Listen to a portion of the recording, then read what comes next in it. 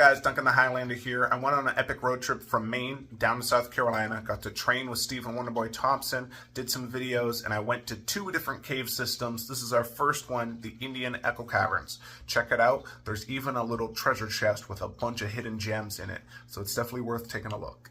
It's on the far side of those pine trees. That building is called the Brown House. As it turns out, they built it right over the biggest room of the caverns, the Indian Ballroom. Now I realize you can't see that brown house from here, but I'll show it to you again when we get down to the top of the steps. If you want to take... In 1927, though, something happened that changed this property forever. It was purchased by a gentleman named Beaver. Now, Mr. Beaver had a grander scheme than farming. He was going to sell tickets, see. He was going to sell tickets to take people down underneath the ground, and then he was going to show them rocks. Really cool rocks, to be sure, but rocks just the same. He realized when he purchased the property it was going to require a little work. First, he was going to sell tickets to what at the time was a great big gaping hole in the cliff face. He did intend to make money at this. He had to make sure that only the people that bought tickets went inside. So he put up a wooden entryway with skates on it. He went inside, saw the floor was covered with pits and holes and cracks. Not going to be safe or comfortable for his guests, so he took gravel, much like we're standing on, and he leveled a new floor throughout the entire complex. Indian Echo Cave. Oh, hold on, gotta give the guy the ticket. Hold on. Gotta give the guy the pass. And it's all dark in there. You're really lucky this morning because you are the first group down into the caverns, which means the lights have not been turned on yet. So you are the only group today that's going to get to see what it actually would have been like if you had been an early explorer coming here before the advent of flashlights. The sun sets over the far side of the creek there. We'd had a little more light coming in, it would have been a little brighter. But you can imagine, if you had been, say, a Native American, it's very dark. You've been an early explorer without the benefit of some kind of fire? Yeah, you might come in here and maybe build a fire here for some warmth, but you're not going to stick around too much and explore the passageways when it's completely dark and you really have no idea where you're going. So that's pretty much where early explorers would have been. Now, with the advent of flashlights and things like that, now people started to explore a little more. And as they started to explore, they started to play little games. And one of the little games they like to play was the respect game. And Jay Rice probably is the guy who wrote this little note about Rausch's pretzels. He encourages you to try Rausch's pretzels when you're in Lebanon. Unfortunately, Rausch's pretzels has been out of business now for more than 120 years. That teaches us a valuable lesson about advertising.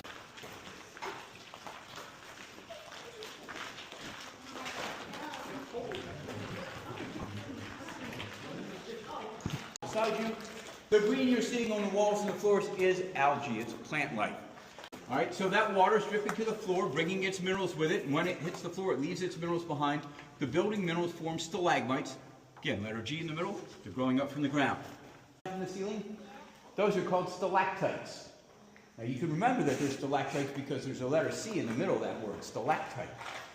These are actually made of tiny little pieces of minerals called calcium carbonate that came out of that water as it dripped. And it's stuck there, right there in the ceiling, and that's what makes those tiny little things hanging up. So flowing down the walls, any place where it's sparkly, white, where it's white and sparkly, those are places where it's actively growing. New, fresh calcium carbonate is sticking to the rocks that's being left there by the water. Places where it's starting to turn brown or gray, these are places where it's been touched by people. So, and that's pretty much what it would have looked like down here, except there would have been a lot more water. All that water swirling around itself, and while it's doing that, it's taking the limestone off the walls and the ceilings and the floors, pushing the material through the mouth of the caverns and into the creek out there. The faster that water swirls around in here, the more the limestone it can take off the walls. The more the big room, and you shall have a big room. This is the Indian Ballroom. It is the largest cave of our caverns. From floor to ceiling at its tallest point, it is 49 feet tall. From wall to wall at its widest point, it's 110 feet wide. That brown house that I pointed out to you while we were at the top of the steps, the gray colored building, is right above the ceiling, right in here. Now, it is separated from the caverns by 45 feet of limestone, so it's not like it's coming down here to join us or anything. But it is directly above the ceilings, right there. Yes, sir. Oh, yes, we are. Our cavern complex was made entirely by water. Two kinds of water formed by caverns: ancient flowing waters and modern drinking water. The ancient flowing waters took the form of underground streams. One of those streams was flowing out of the eastern canyons here beside us. A surface. Like we said, that water comes through the soil, right? And then it makes its way through the sparkly white and shiny. Those are the places where it's still growing. Watch your feet. But not quite to the whole extent. I want to show you darkness in there. I want to show you real darkness. This time, I'm going to show you darkness away from the open door, so that you know what real darkness is, all right? Now, as we go this way, I do want to point out that this is called Headache Rock, and I am sure you can figure out why that is called Headache Rock. Be careful as you come past. Lantern, it is then safe to stand back up.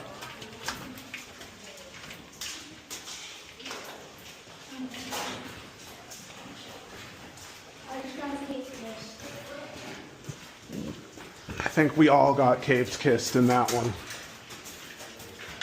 You okay, Chia? Grass. Wow. Grass. Wow. Yeah. More grass. It's like it's a whole golf course in here. More grass. Yep. And a breaker. Yeah. Wow. And look. You did? Top ahead? Excellent. Here's good luck.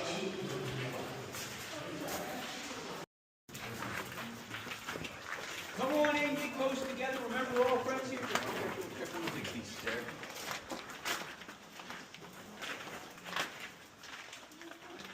Come on in, get close together.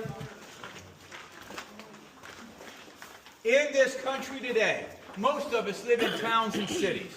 When you live in a town or a city, it doesn't matter what time you go to bed at night because the lights are always on. You've got street lights and traffic lights, lights in the buildings and the cars, the billboards, they're always on. It's hard to find darkness. Even when you live in the country, you have the light of the moon and the stars to obscure your darkness.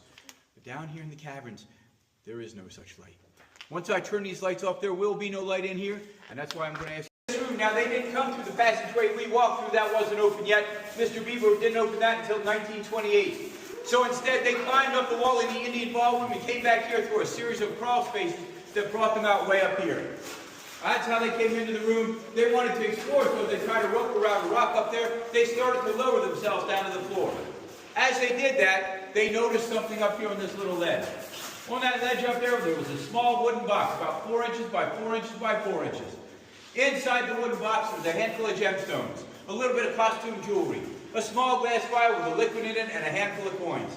17 coins, some of them were extremely old. The oldest coin was so old, it didn't even have a date stamped on it. It turns out it's from the Roman Empire. Features the face of Emperor Constantine.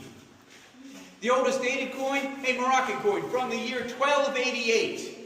The most recent coin, a Turkish coin, minted in 1915. Now that one's important. See, that one was made in 1915. The box was that was one of the best days of my young life. Well, the owner agreed. Of course he did. How could he not? I'm sure he shook Russell's hand before the two gentlemen parted company, and true to his words, I briefly told you that story, but more importantly, true to his words, that mystery box remains here on the property. If you return to the gift shop through the front doors, immediately on the left-hand side as you go in, there's a glass case that's just about eye level off the floor. Inside that glass case, you will find the original box itself and all of its original contents. If you're into old coins, this is a really cool thing to check out. Does anybody have any questions about the rainbow room? Yes? Are we allowed to go into, like... You are not allowed to go explore that hole, no. But I'm glad you pointed that hole out. He's talking about the big hole under the wall over here. This is the kind of thing that happens when you bring a geologist into a cavern. Any place where it's not solid, any place where there's soil, any place where there's clay, pulls out the shovels, gotta knows what's underneath there, so he starts to dig.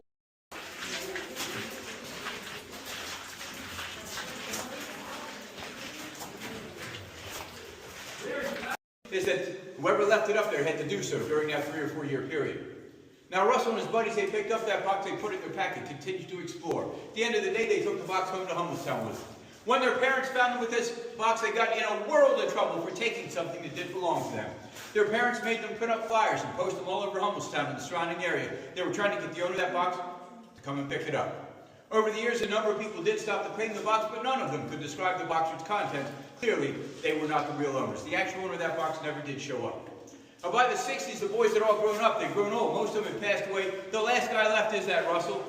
All these years later, Russell still has the box, and he realizes he's just not a young man anymore. So he brought the box back to Indian Echo Caverns, met with the owner here and told him the story of his adventure with his buddies, and then he said something, well, totally unexpected. He said he wanted to give the box back to us. He said he had a small request. He said, when you bring your guests into the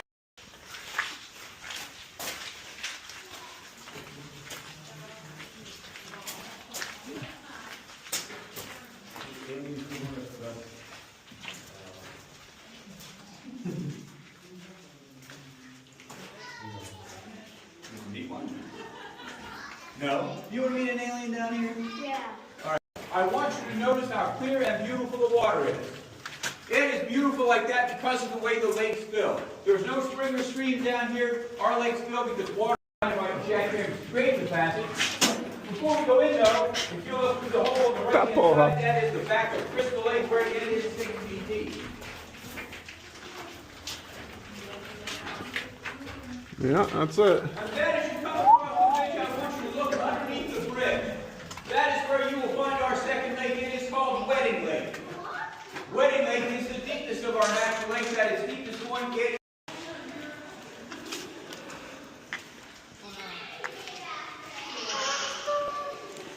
Dominos!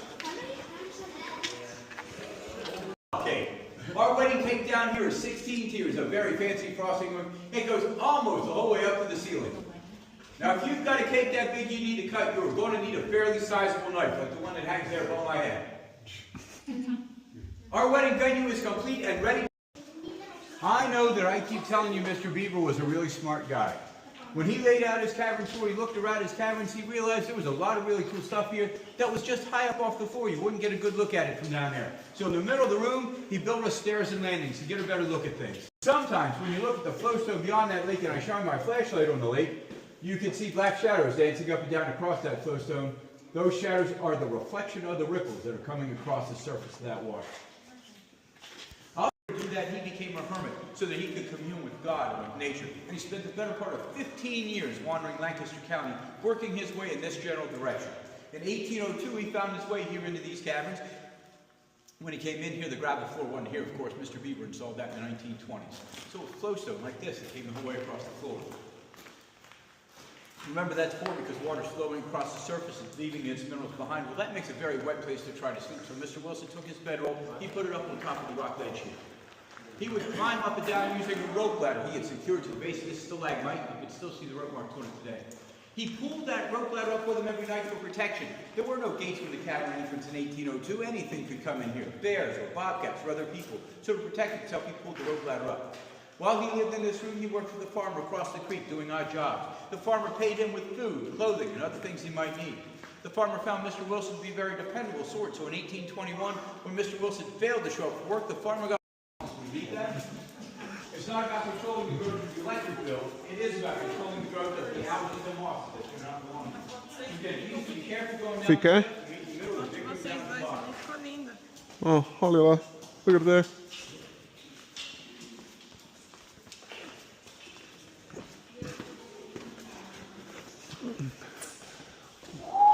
Q. Passed away peacefully in his sleep, we think right here in this very room. Now, tradition has it the farmer picked up Mr. Wilson's body and carried him outside, buried him on the property, and placed a marker on the grave. Nobody has seen that marker in over 100 years now, so at this point, nobody truly knows exactly where Mr. Wilson's buried. But that's still not the end of the story, because that farmer came back in here to remove Mr. Wilson's things. And he found Mr. Wilson's journals. The journals told stories from his childhood, growing up in Chester County with his sister Elizabeth. Told the story of what had befallen his sister that drove him to become a hermit. Most of the writings in the journals are the philosophic thoughts he was having during the 19 years that he lived in this room. The thoughts that led him to his final joy and his final peace. Because of the condition of these journals, the farmer took them home and painstakingly copied them. In 1839, he published a printed edition of Mr. Wilson's journals, a copy of which can still be found today in the State Capitol Complex in Harrisburg. Due to the condition of its pages, it is extremely difficult to get permission to read that document. Mr. Wilson's words are not kept from us, however. If you Google Pennsylvania Hermit, excerpts from those journals come up. I think I've been here before. I don't know when. It's on my tip of my tongue. But I'm not even thinking.